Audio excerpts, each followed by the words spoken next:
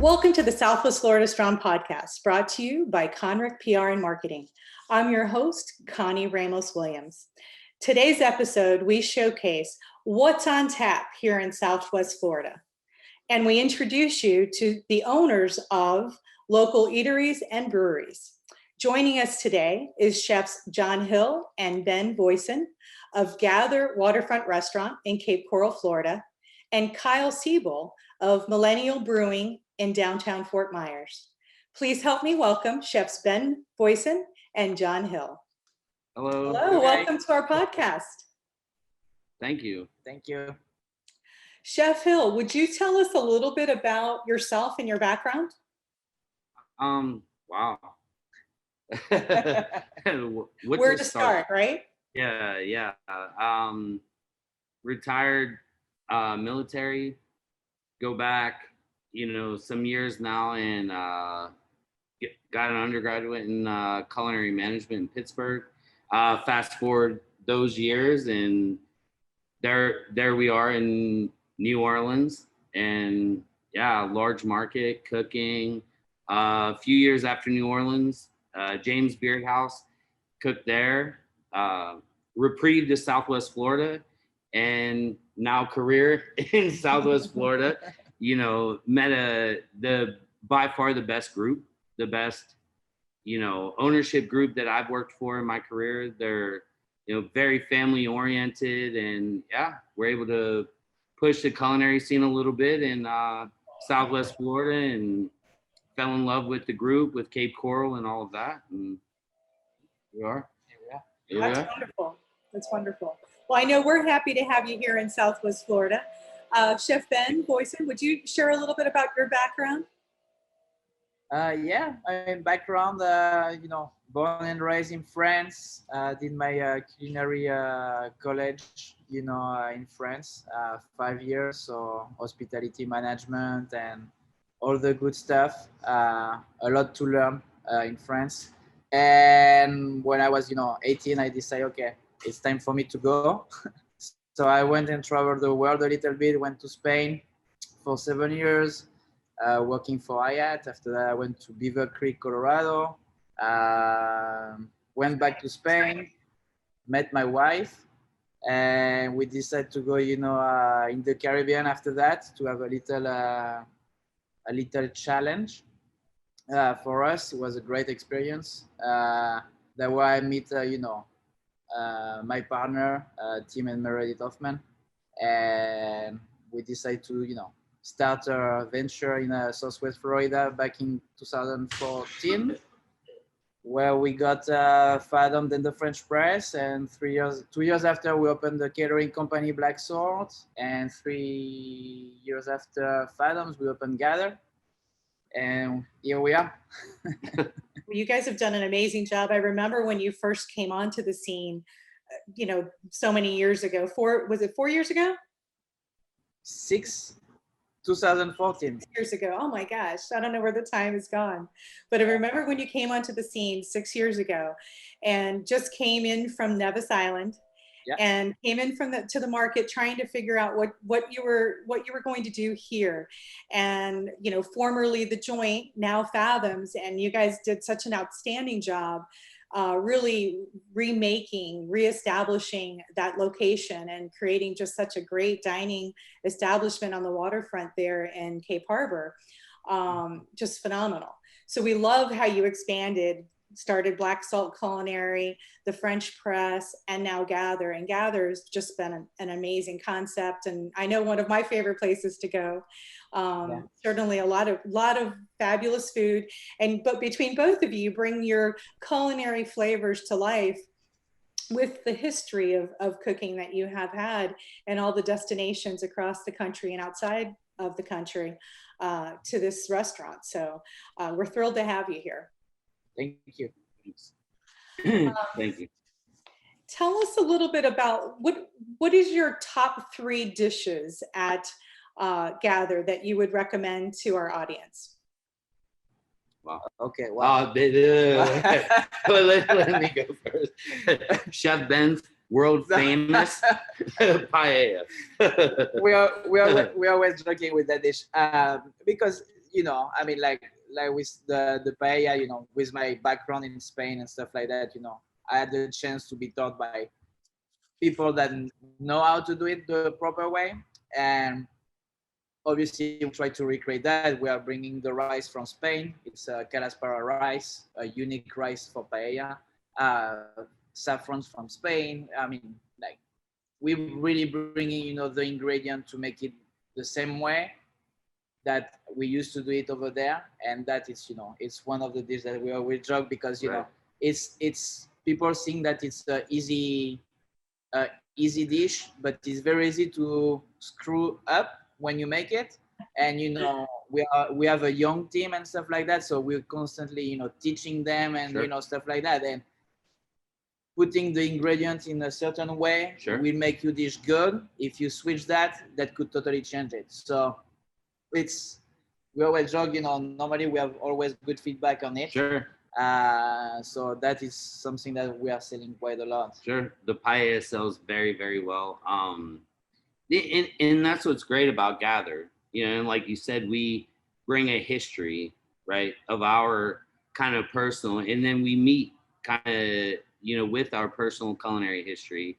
And Gather affords us the opportunity to do paella. And then on top of that, you know, I think our entire scratch pasta section is, you know, fairly interesting because if you're in the middle of season and you're cutting all the tagliatelle by hand, and it's not us that is cutting by hand. We're, you know, like Chef Ben said, we have a young team. We're teaching them, you know, make the dough, let the dough rest, sheet it, so on and so forth. Like, and then for the bolognese dish that we kind of kept around, you know, from the lockdown and whatnot. If you're going to do simple, like Chef Ben said, simple has to be done well. There can't be steps that are missed or taken out of context or corners that are cut. And, you know, much like, you know, scratch pasta section, the, you know, paella. Spicy shrimp. Spicy shrimp. Spicy shrimp, I think that is one dish that it's since day one that we open. Recipe never change, it will never change. And it's something that, you know, it's something that if you remove it from the menu, the guests gonna start complaining. They're gonna say, well, what happened? What happened to that dish? We came here just for that. And that is, you know, a dish like we have the same at Fathoms with the tsunami roll. That it's a dish that we can't remove. You know, we are known for that and people come for that. So Well, I would agree that I would be very upset if you remove spicy shrimp from your menu. I would also be upset if you removed, as simple as it sounds, the empanadas. You see, that it's another great dish. You know, it's my mother-in-law recipe, and you know, we just follow the recipe that she made, like, you know, years and years in Argentina, and you know, it's what it is. It's like great product quality. Roll by hand, everything is fresh, so you know, that is another one. You know, so there hasn't been one meal that I've had at Gather that I have not thoroughly enjoyed, but I can't, even if I'm not hungry, I will come in and enjoy a good cocktail and the spicy shrimp appetizer. And depending on how full I am, have to go for the empanadas too. So it always makes for a great outing at Gather. Tell me a little bit. I know you've talked about the paella, you've talked about the fresh made pasta, everything's from scratch in your kitchen. Your cocktails, I mean, you guys have some unique cocktails on your menu as well. And I know, being on a waterfront community, you have people coming in and off boats, on and off boats all the time, stopping in for a cold beverage. What are some of the most popular cocktails that you have on your menu? Well, you see, that's why, speaking of that, like a couple of weeks ago, we were with friend on the boat, and you know, friend that are from Naples and didn't know, you know, the restaurant and stuff like that. I said, well, can we go and check it? I said, yeah, let's go to Tap and Point. We dock here and let's have, you know, a couple of cocktails and, you know, happy hour stuff and stuff like that. And the cocktail, like literally, I mean, those people, you know, have been traveling and stuff like that, and they were telling me, wow, amazing the ambience, amazing the craft cocktail that you that you share. And the great stuff, you know, I asked Emily, one of our bartender, that I said, make me something refreshing, you know, like, and she said, okay, so what you like? Would you rather to have gin, vodka, whatever? and she just came with a recipe, you know, and Right. we have that flexibility as well, you know, depending on, you know, how busy we are, obviously, because we need to be productive. But, you know, you can always, you know, ask, you know, and, you know, we will, you know, it's the same as Black Soul. We cater to your need. Here we craft cocktail to your need. Okay. Sure. It's interesting though. Some of the one that's on the menu, and we have a very creative staff. It always stems from, you know, creativity and whatnot. But the Tell the Boss I Quit, the smoked old fashioned that we infuse with what is it, oregano butter. Yeah, it's a buttery old fashioned smoked. I mean, when I just moved to Cape Coral from across the bridge, right? Just recently, and literally talking to Yami, she even enjoyed the fact that her receipt said "Tell the Boss I Quit" on it, and brought it to the guy that owns her business. Was like, you know, check this cocktail out. Even as creative as in the names, you know what I mean? Yeah. It starts with the name, and then you see, you know, the smoke pouring out of the old fashioned and all of that. That we do one with a purple gin called Empress, and that it's something, you know, newer, I would say, and that's super refreshing as well. It's very, you know, very well received. I don't know the name. What is the name? I don't know. I don't remember the name. Totally forgot. I taste them, but I don't remember the name. And they're always running features. Well, I know one of my favorite is the one that you have from the Red Hot, named after the Red Hot Chili Peppers. 6 Blood Sugar Magic. Yeah. Yeah. It's so good. It's so good. But I love that, you know, you, like you said, you can just pull a chair up at the bar, just tell the bartenders there, listen, I don't know what I want, but here's what I like. And they come up with something for you that's unique and personalized. So you guys definitely have an amazing team there, not only mixologists, but your servers and hostess and certainly the chefs. We love the chefs there, so. Thank you. Something very exciting this year. You guys were named a finalist for the Industry Appreciation Awards Startup Business of the Year. Tell me a little bit about that. How does it feel to be a finalist for an award that's prestigious here in the region? It's always the goal, you know. I mean, obviously you want your business to be successful, but after that, when you start to be recognized by others that are, you know, in that industry or, you know, around that, it's always, you know, feel good. That means that we are doing stuff the proper way. That means that we are giving a good feedback to the people, you know, like, you know, even the way that we manage our business, the way that we create stuff, that what we bring to the Cape, to Southwest Florida, you know, in general. Well, it's well deserved. I mean, there was a lot of nominations, I understand, for that award. So, and there's quite a few startups over the last 5 years. So to be among the finalists, definitely, I know it's, you know, it's hard to boast about yourself there, so I'll do it for you. But that's quite, and you know, to be named a finalist, you guys definitely should pat yourself on the back for a job well done. To have that kind of recognition, just to be a finalist is an honor in itself. So congratulations to you both. Chef Hill, did you want to comment on that? Well, I mean, peer recognition and, like, you know, what draws you, like, you know, we began this conversation with me starting out with telling about myself and right? It's like you're drawn to like-minded individuals, you know what I mean? You see that they are trying to not only build, like Chef Ben said, the business has to be successful.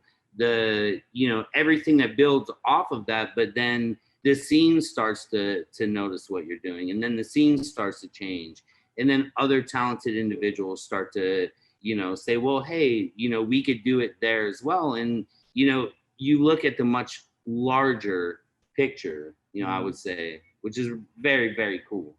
Very, very cool, because then the picture looks back in, you know, the form of awards and whatnot, you know. Well, thank you guys for that. One of the things I'd love to hear, and I think our audience would like to know too, you both came from other areas. You're not born and raised right here, but you happen to work at Gather Restaurant, right on the waterfront, Tarpon Point, Cape Coral, Florida. Absolutely beautiful destination there.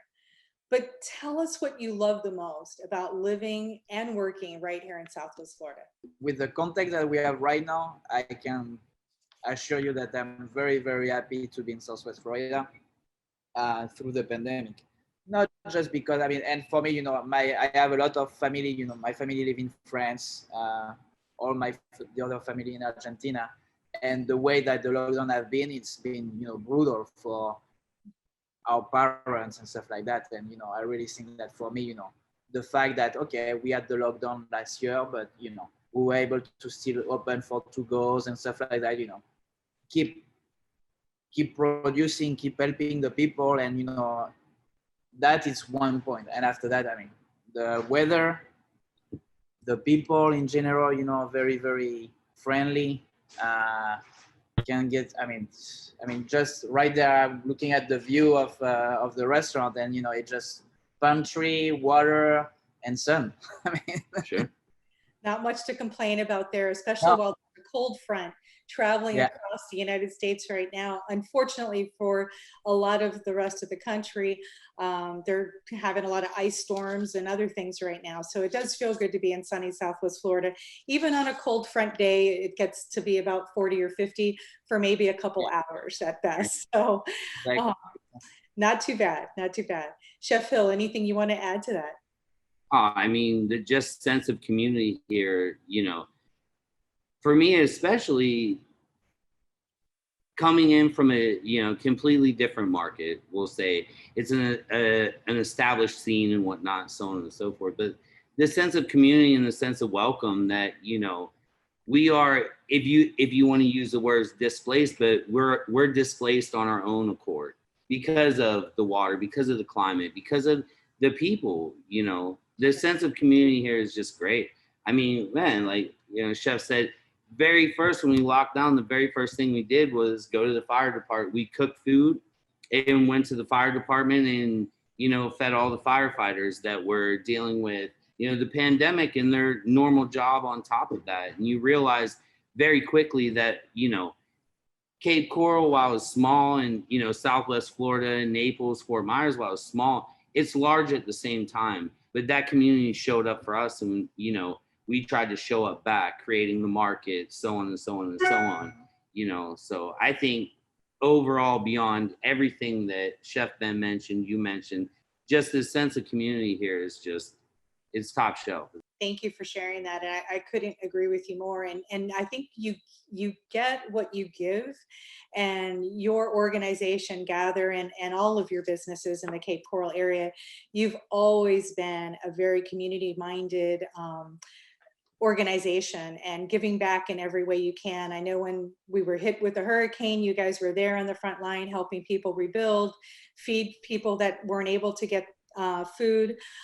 Just so much that you've done since in the short time you've been here. You've done so much to the community, and I think that's why the community, it just embraces you and gives so much back to you. So thank you for all you do. One of the things, I know you always have upcoming events and things going on. Is there anything that's upcoming, either special menu or special evening or an event that you guys are participating in that you'd like to give a shout out today? We're doing now chef dinner at Gather, and that is coming March 1st. The theme will be Asian. So we're going to bring Miyazaki Japanese Wagyu beef. We're going to bring uni. We're going to do noodles from scratch. We're going to do a lot of stuff. Bowl, You've been to a couple of chef dinners, so we're going to do that. It's like our regulars come through, and we were talking about community and support and whatnot. Literally tonight, we're doing a dish for 20 regulars that live in the towers, and they're going to come in at 5:30. We'll just do off the menu, a little feature for them. They really like the venison that, we ran a while ago. I mean, the guy took a picture of the feature menu. He was like, can you do this, this, and this? I mean, because we're able to, run the regular menu and the feature menu. But yeah, the chef's table at Gather is definitely, I think the ambiance is definitely really cool. for the pandemic, and then for this area, you know, a tasting menu and so on and so forth. You know. Well, you guys do it right. People love that you can customize things or come in. You know, they have, like you said, the people that live right there in Tarpon Point. You know, they want to have a group of 20 social distance for a special private dinner, and what a wonderful thing that you can do that for them. And you have really stepped up. I know the pandemic hit, especially restaurants and hospitality industry, pretty hard. But you guys have managed to really hold your ground, stay strong, stay Southwest Florida strong, if I dare say, and just really did a fabulous job converting over to delivery and curbside pickup and doing things very unique to help our community too, because a lot of people needed to be able to have access to takeout, delivery, and restaurants and things like that. So thanks for keeping everything together and keeping Cape Coral strong with the great food and service that you guys have offered over this past 6 years in the Cape Coral area and 3 years with Gather. Before I let you go, can you tell us how people can reach out to you to make a reservation for your upcoming March 1st dinner, or just to find out more about what Gather offers? Facebook, Instagram, Twitter, you always have, you know, update of upcoming events, of we posting, you know, features that we do at night, stuff like that. We take reservations, so you can call Gather, no problem at all. We do the brunch as well on Saturday and Sunday. That it's a big hit, you know, trying to bring, you know, during the brunch. So that, I mean, just music and happy hour. Yes, that's true. You know, but you know, then like even the musicians and like they're outside, you know, weather permitting and whatnot, social distance inside or whatever. But you know, it was like Chef Ben said, let's try, you know, music for happy hour every day and give it a solid try, because those guys were out of work. They were hit, if not, you know, just as hard as the restaurant industry. So, you know, let's give them an opportunity to kind of recoup some of that, you know, the lost earnings from, you know, the whole lockdown and whatnot. You know, and I think that that's why we've been able to maintain strength throughout, because we don't just think like what's best for me. He doesn't think what's best for him. It's like what's best for, you know, the guests. What's best for those people that you know, kind of work and live off of the organism that is Gathered, that is Fathoms, French Press, so on and so forth. Well said, well said. And that definitely defines who you guys are as an organization, as a restaurant. You're always looking out for your guests, the community, your staff, before you look out for yourselves. And that shows in everything you do. You guys are authentic, you're genuine, and you make an awfully mean dish and drink. So everybody that's listening, make sure you check out Gather online, on social media, but check these guys out. They do a great job. So thanks for joining us today. And we'd love to have you back on Southwest Florida Strong again in the future. Perfect. Awesome. Thank you, Connie. Now joining us on the Southwest Florida Strong podcast is Kyle Cebull of Millennial Brewing in downtown Fort Myers. Welcome to our show, Kyle. Oh, well, thank you for having me. How are you doing today? Great. Good. Yeah. I always like to start off by telling our audience a little bit about who you are and a little bit about your business. Yeah, absolutely. I was born in Sandusky, Ohio, moved here when I was 5. So I've been here over 30 years. I spent a few years in the Marine Corps, so I was gone for about 5 years during that. Once I came back, I worked for a local IT company for about 10 years. And then I started Millennial Brewing in 2016. And I mean, basically out of just a love of craft beer. I didn't know much about the business, but I was super passionate about craft beer and excited about creating something that was different in Southwest Florida from what I was seeing in the other breweries. Something more community-minded, something a little bit more accessible. And I think we've done a pretty good job at that, but that's kind of how it all came to be. That's awesome. And that was going to be my question, is why did you open a brewery? But you just answered that.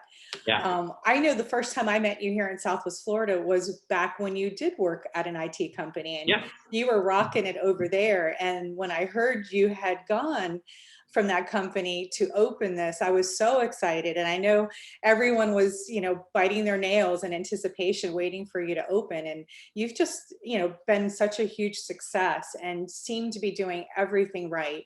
Every time I have gone, there's a nice crowd and a nice buzz there. Just doing a fabulous job. Thank you.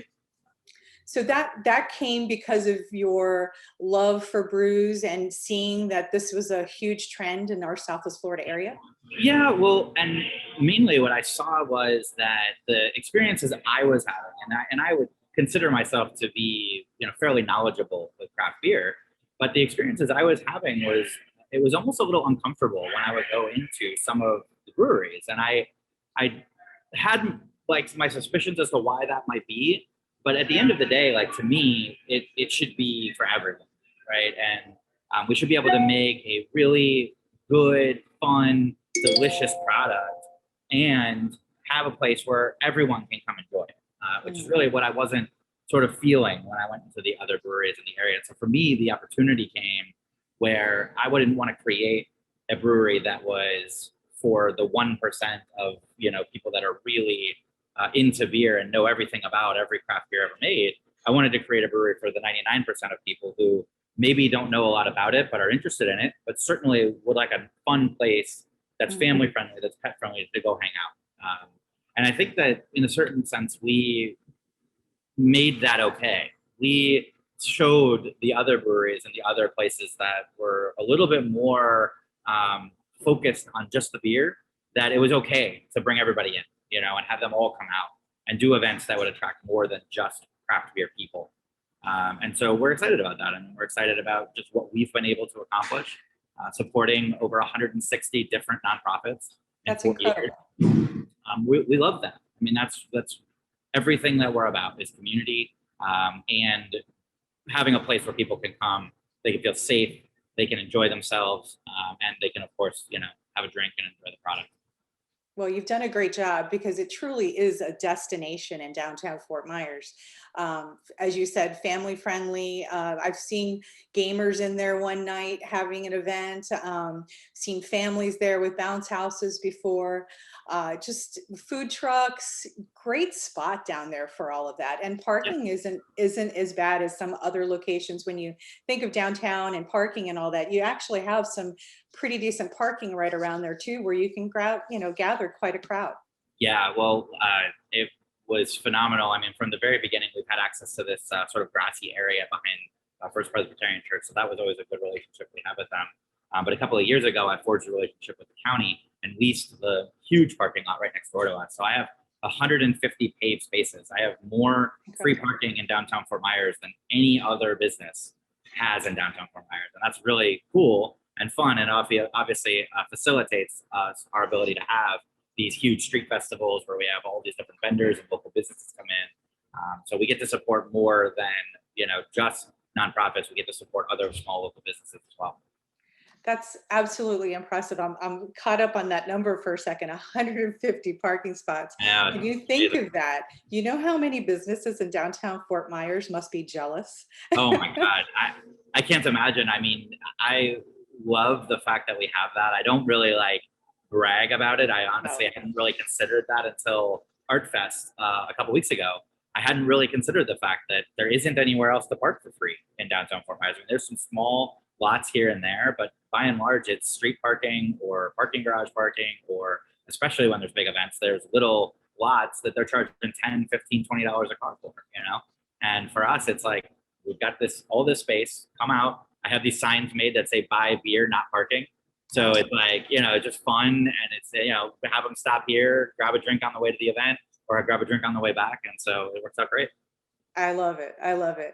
Let's get to the tasty part of this conversation, because if we were face to face and I was having this interview with you there, I'd be lining a few up, have a flight there so I can taste a few of your creations there.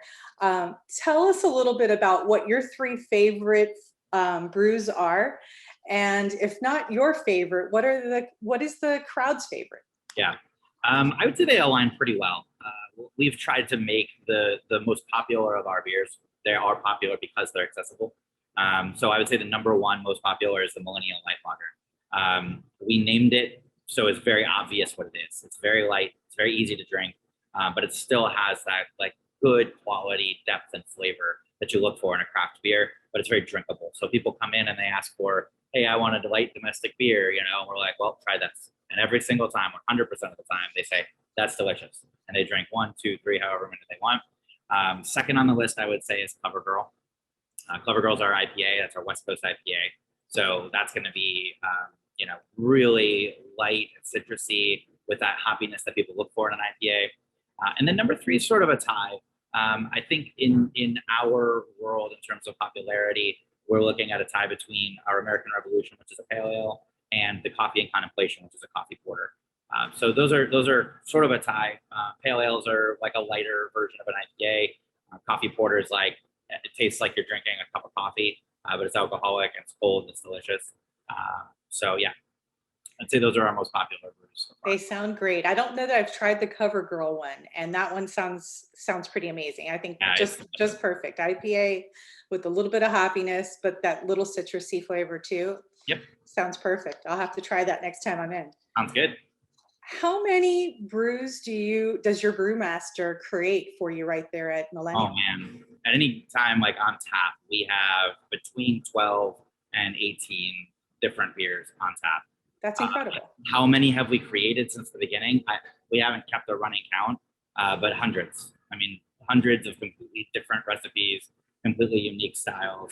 And what we're really always searching for are new styles or twists on existing styles, right? So, for example, American Revolution, a beer we've had since day one of the only beers that we've had since the beginning of when we started. We just reformulated it because there were some things about it that we thought could be improved, and we've made this new version of it, and we were absolutely right. We've knocked it out of the park. It's delicious. But yeah, it's sort of an ever-evolving process with regard to the beer, and there's no end to the guys in the brew area that are like always working. They're always coming up with new stuff. They're always coming up with new recipes. And we try to release a couple of new beers at each event that we do. So every street festival that we do, every food festival we do, we try to have a couple of new items, a couple of new options for people to try. So it's pretty exciting. It's fun. You know, you were one of the first breweries here in Southwest Florida, and there has been quite a few that's opened its doors since. Is it typical for local breweries to produce that many original brews? I would say so. I mean, I think some of it depends on how much volume they're able to move, right? If you're a small brewery and you know you just can only fit maybe 20 or 30 people at a time, then you don't have as much need to produce a lot of different flavors and a lot of different liquid. So I think that there is a little bit of a limit there. But I think for the most part, most brewers want to be creative.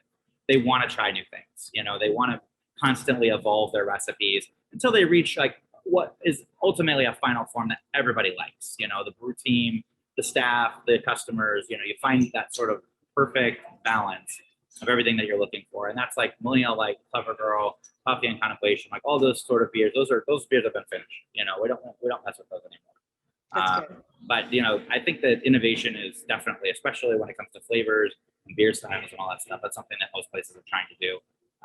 And I think a lot of them, you know, do that. Very, very good. One of the things I noticed being there just recently, the expansion, you've expanded greatly where you have a non-alcoholic bar now. You have a bar for kombucha as well. Tell me about why you expanded and added these new sections to your brewery.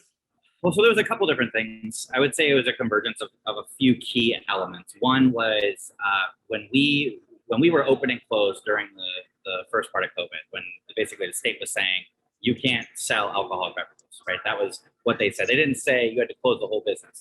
They just said you can't sell alcoholic beverages. So for us, we saw an opportunity to have some non-alcoholic beverages on our menu that we could offer to people. So if they did want to come out, and to be quite honest with you, not a ton of people came out. Everybody was very concerned. No one knew what to expect. So there weren't a lot of people going anywhere at any time. But what we found was we were actually selling quite a few of those non-alcoholic cocktails in to-go and delivery.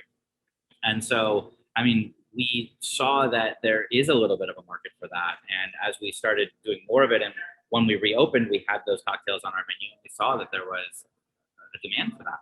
So we decided to open Apothecary. Apothecary is a 100% non-alcoholic, spirit-free craft cocktail bar. So fancy cocktails you get at, you know, the nice places in town that are making all the garnishes and multiple different elements to each cocktail. That's what you get at Apothecary, except for everything is non-alcoholic. And they're absolutely incredible.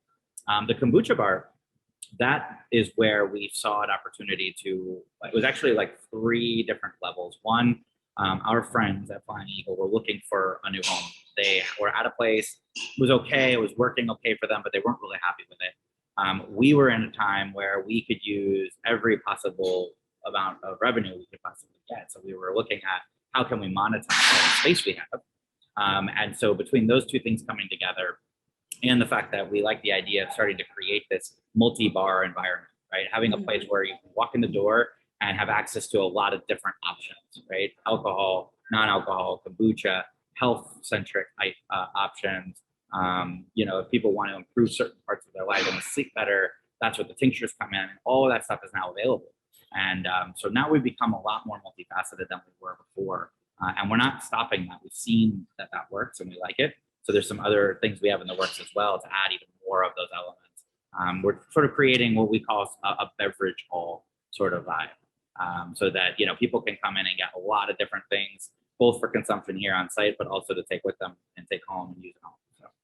Well, I think it was a brilliant idea, because as you know, whether it's a couple going out or it's a group of people, not everybody drinks alcohol. But they like to, you know, drink to be social.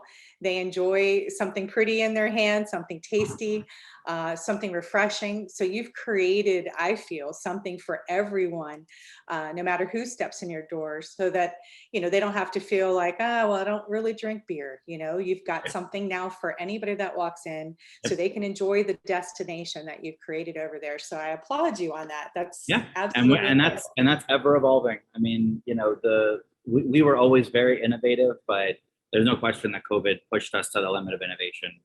There was a lot of things we had to do to keep innovating by being the only brewery in Southwest Florida that was offering direct delivery to home, to starting a whole new canning line of business that we didn't have before we started, to really creating a heavy focus on to-go and delivery so that we can maintain revenue numbers, adding these extra bars. I mean, the list goes on, and we're not stopping. We have a whole bunch of stuff in the works for 2021.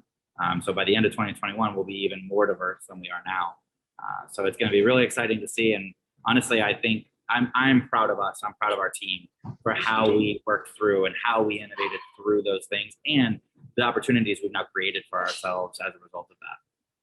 Well, I think your story is an inspiration for other businesses in the market, whether you're in the brewery business, eateries, or any other business. Honestly, is, you know, during these times of, you know, crisis like the pandemic, nobody could ever foresee that coming. Yep. But how you've been innovative and created opportunities from that to stay relevant and keep, you know, serving the community at large, versus, you know, being fearful and panic, close your doors. You know, you've done a great job of staying relevant, and I think you inspire other business owners with your story. So thanks. I hope so. You know, we basically just do what we think is right. I mean, we don't set out to necessarily like be an example. We just do what we think is right. And so a great example of that is the protocols that we employed during the COVID shutdown, right? When it was full lockdown and everything was like, everybody was very, very concerned and very worried. We didn't know anything about it. We didn't know how the case levels were going to go up and down and all that kind of stuff. We were very, very strict, right? We were very limited. We had everybody wearing masks, we had everything sanitized, we had everything spaced, all that stuff. And as we have sort of monitored and understood more about it, we have adjusted our protocols. A lot of those, especially all the cleanliness stuff, is still in place, but we've relaxed our policies with regard to what people are comfortable with. You know, we want you to feel comfortable coming in here. We don't want you to feel like you have to do something that you're not comfortable with, either medically or just physically. But if you do want to wear a mask or you want to do stuff like that, we are absolutely supportive of that. Our staff are going to continue to wear masks. And so, you know, we just wanted to sort of do what we felt was the right thing to do, but balance that, you know, have a place where people feel comfortable and still like almost like a little bit of normal. You know what I mean? Like with everything being so limited and so locked down, everybody being stuck at home, when the opportunity came for us to reopen, we wanted people to feel like, hey, we can get back to normal a little bit here. Let's go out and have some fun and enjoy ourselves. Great idea. Now I'm going to switch gears just a little bit. You always host events at your location. Mm-hmm. You have one coming up that's near and dear to my heart. It's called Brews for Blessings. Mm-hmm. And it's supporting Blessings in a Backpack, Southwest Florida, helping to make sure no child goes hungry on the weekends here in Southwest Florida. Can you tell us a little bit about that and how the community can get involved to support this cause? Yeah, well, I mean, we're super excited to host this event, and it's evolved even a little bit since we started planning it. We basically made it a lot bigger than we were originally planning for it to be because the interest has been so great. But I mean, what's awesome about what we do here at Millennial and what aligns really well with Blessings in a Backpack is it's all about giving and it's all about helping. And so having an event where people can come out and have fun, have bounce houses and food trucks and really enjoy themselves, but also be giving back and also helping the community. I mean, like, there's no better thing. There's no better way. There's no better way to have a fundraiser or have something that builds awareness for a cause that's important as Blessings in a Backpack than to do it with a lot of fun. Because honestly, those are the events that have the most impact on people. They come out to something like that, and if they have a positive association with the time that they had and the fun that they had, they brought their kids with them and they had fun too, then they're going to have a positive association with that cause and with giving back in general. And hopefully that will encourage them to give back more and do more and get more involved. Perfect. And I understand that because of the overwhelming response that the community is how they're responding to this event, that you've opened up the streets. So now it's going to be kind of a block party in front of Millennial, just to allow some better social distancing for the people that are there. Exactly. Yeah. And again, that's everything we've done. We've always tried to plan events, even, when we were in really like sort of lockdown mode with COVID, when we wanted to do an event, we did it in a way where people could like sort of decide how comfortable they were. Do they want to be inside hanging out with everybody in a big group, or do they want to kind of stay on the fringes and give themselves some space and set up their own chairs and sit outside?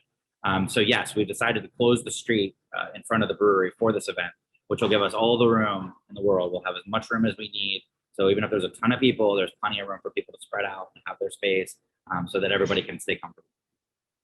I love it. I will be there. I will wear a mask, step aside, have a little brew, have some, some of the food from the food trucks that you'll have out there. I'm very much looking forward to it. Thank you for stepping up to be one of the lead sponsors for it and supporting Blessings in a Backpack, Southwest Florida.